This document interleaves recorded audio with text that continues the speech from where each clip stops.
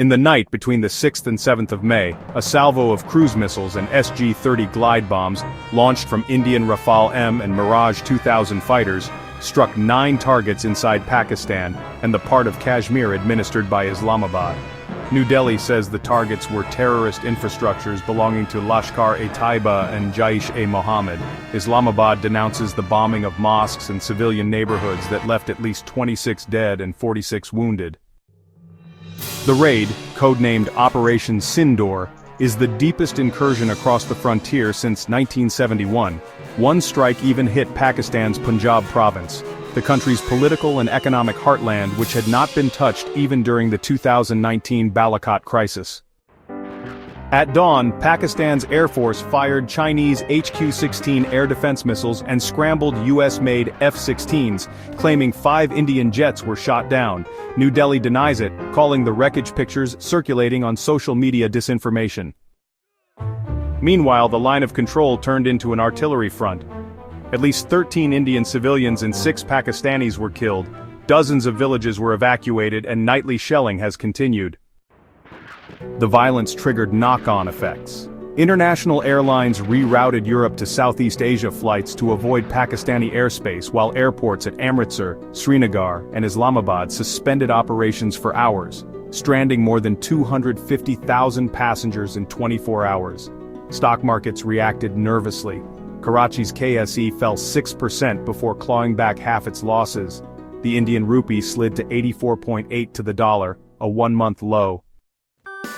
The decision to strike followed the 22nd April massacre in Pahalgam, in the Indian-held Kashmir hills, where 3 gunmen armed with RPK-74s mowed down a tourist bus, killing 26 people, 25 Indians and 1 Nepali, and wounding 31, the region's worst attack on civilians since Mumbai 2008. 2 assailants were identified by India's NIA as Pakistani citizens. Islamabad disputes the evidence and calls for an international inquiry, but Prime Minister Modi blamed cross-border terror networks, and on 29 April, his security cabinet authorized a preventive operation. Operation Sindoor, named after the red powder Hindu women apply in the parting of their hair, was planned in a week. 42 aircraft from 3 bases, Gwalior, Ambala, and Srinagar, skim-flew 70 kilometers into Pakistani airspace, spoofing Karakoram radars with Israeli ELL-8222 jammers. Targets included 2 training camps at Muridka in Punjab and Kotli in Poke, and a Shahed 136 drone depot under construction near Sialkot. For Indian strategists, the goals were threefold: prove strike-depth capability, disrupt jihadist logistics, and reassure domestic opinion 1 year ahead of general elections. Government rhetoric stresses surgical precision, no civilian deaths, says Delhi. Yet verified Reuters videos showed the shattered dome of Muzaffarabad's Bilal Mosque and at least 3 flattened residential blocks, tilting international opinion toward calls for restraint. Pakistan highlights the violation of sovereignty and collective punishment of worshippers in Ramadan, feeding national sentiment and legitimizing a symmetrical counterstrike. Politically, the raid bolsters the BJP but confronts Delhi with a dilemma: push a punishment deterrent strategy to, and perhaps beyond, the nuclear threshold, or seek diplomatic off-ramps before the conflict spirals. Indian analysts warn Sindoor's effectiveness will hinge on Islamabad's ability, or inability, to rebuild its proxies within months. Between April 24th and May 6th, the line of control logged more than 400 crossfire incidents, from 120mm mortars to sniper rounds, an average of 30 clashes a day, the highest since 2015. Sectors worst hit were Poonch, Rajouri, Uri, and Karna. On the night of May 6th alone, 15 Indian civilians, 3 of them children, died under Pakistani shelling. The barrage forced 6,000 residents into schools and temples converted to shelters, and over 50 schools remained closed. The February 2021 ceasefire, brokered through military hotlines and backed by the UAE, had cut incidents by 90% for 2 years. But tensions rose in March 2025 when Delhi claimed to have found 4 infiltration tunnels at Samba and Kathua. Islamabad rejects the charge, saying Indian forces started the violations to mask shelling of civilian areas. On the ground, the pattern is action-reaction. Pakistan's artillery draws fire from Indian ultralight M777 guns lifted by Chinook helicopters. Pakistani Rangers answer with 240mm Helm 2000 mortars. Nighttime drone swarm strikes, known as Barak-2, have closed a 30-kilometer stretch of the Jammu-Srinagar highway, causing an estimated $40 million crop loss in apples and walnuts. Symbolically, the ceasefire's collapse proves that contact stability alone cannot prevent war. Many observers see the hand of hardline army factions on both sides, keen to regain operational latitude after years of political restraint. While the line of control stays hot, any dialogue attempt is brittle. The odds of an accidental escalation, say an artillery round hitting a command post, rise exponentially. Prime Minister Shehbaz Sharif convened the National Security Council within hours of the bombing, authorizing the military to take commensurate action at a time and place of its choosing. The next day, Islamabad test-fired the Shaheen-3 medium-range ballistic missile, 2,750 kilometers, enough to reach India's Andaman Islands, sending a signal of a minimum but credible deterrent. Concurrently, the army, which steers foreign policy de facto, mobilized X-Corps at Rawalpindi and shifted NASR-9 tactical nuclear batteries to Gujranwala district, echoing the full-spectrum deterrence doctrine unveiled in 2015. Although the missiles are unarmed, satellite imagery shows activity in the Kushab tunnels where Pakistan stores plutonium cores. Domestically, the crisis overlays a fragile economy, inflation at 24%, foreign exchange reserves below $10 billion. Moody's warns prolonged conflict would sap growth and derail the fiscal consolidation sought after the 2024 IMF bailout. Civilian ministers, especially finance and commerce, thus favor avoiding a ruinous escalation, but patriotic fervor gives them scant leverage. Crowds in Lahore and Karachi demand a blood answer.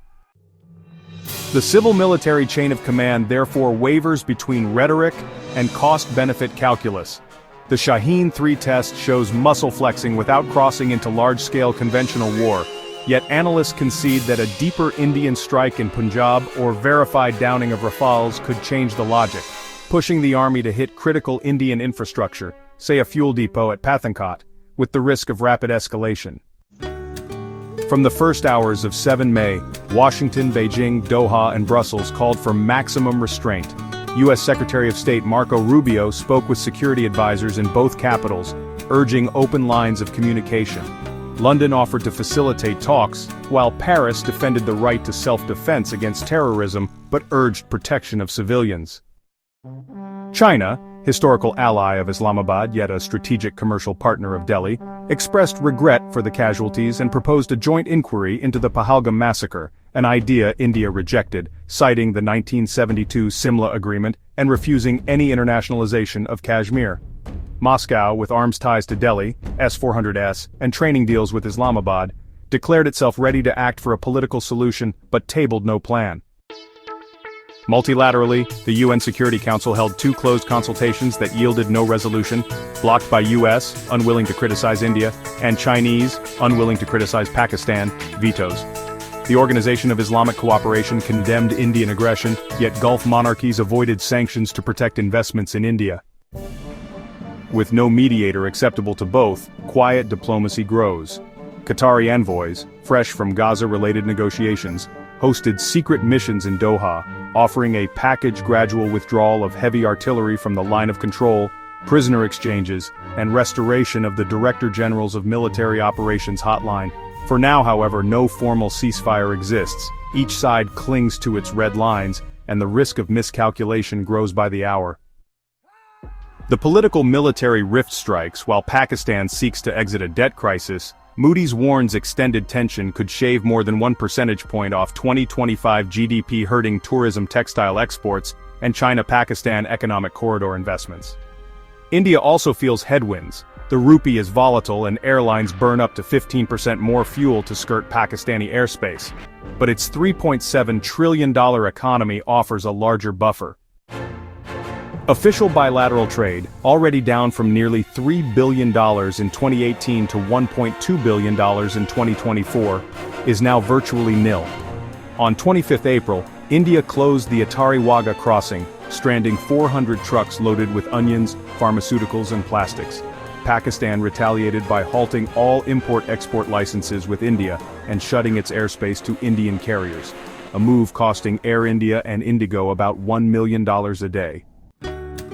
Beyond legal commerce, the grey network via Dubai, Singapore, and Iran's Taftan border is at risk. Pakistan's chambers of commerce reckon it moves $10 billion a year in textiles, chemicals, and Indian generics relabeled abroad. With container flows frozen, prices for generic medicines, of which Pakistan imports 70% from India, have already jumped 35% in Lahore and Karachi. Indian losses are smaller but localized. Raw hides, pink salt, and seal-cut cutlery industries are hunting substitutes in Nepal and Bangladesh. Delhi's true cost is macro-strategic. Its threat to suspend the 1960 Indus Waters Treaty could push Islamabad to the Permanent Court of Arbitration, entangling critical dam projects in Indian-held Kashmir. The dispute dates to 1947, when the Maharaja of Kashmir acceded to the Indian Union, sparking the First Indo-Pak War. Since then, 3 full wars and many crises: Kargil in 1999, Parliament attack in 2001, Mumbai in 2008, Pulwama Balakot in 2019, have entrenched distrust. A key turn was India's 5 August 2019 revocation of Article 370, which had granted Jammu and Kashmir autonomy. Islamabad calls it illegal annexation, Delhi an internal reorganization.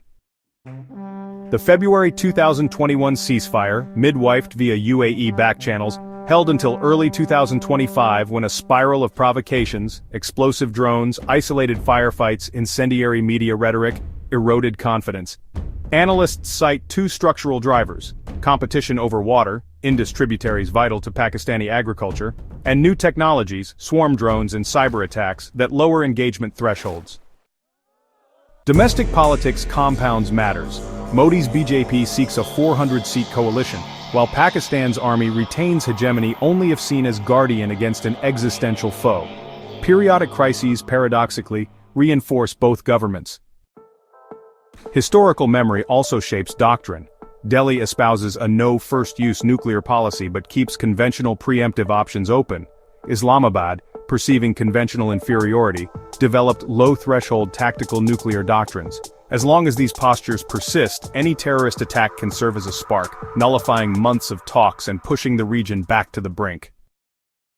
Each country possesses roughly 170 to 200 nuclear warheads, with land, air, and increasingly sea-based delivery systems.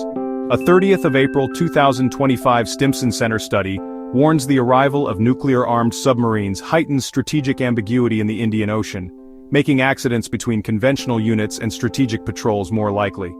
Pakistan's Shaheen-3 test and India's deployment of Arihant-class SSBNs show deterrence spreading to the sea. Analysts sketch 3 main scenarios: measured strike and pullback. Pakistan conducts symbolic raids on Indian border bases, then accepts a mediated ceasefire which has a 45% probability. Limited conventional escalation, extended artillery duels, and airstrikes on infrastructure without nuclear use, estimated at 35%. Uncontrolled escalation, miscalculation, or command and control loss leads to tactical nuclear use, with a 20% chance, but modeling predicts up to 125 million deaths. Time is critical. The longer tit-for-tat continues, the greater public pressure to do more. The absence of a multi-layer crisis mechanism, political hotline, military channels, third-party mediation, magnifies the risk of runaway conflict. Conversely, a unilateral gesture, for example Delhi withdrawing artillery or Islamabad handing over the Pahalgam suspects, could create diplomatic space. In sum, the May 2025 crisis is a test case for South Asian stability. If contained, it may usher in another cycle of coercive diplomacy. If not, it could morph into the geopolitical nightmare most feared by the international community.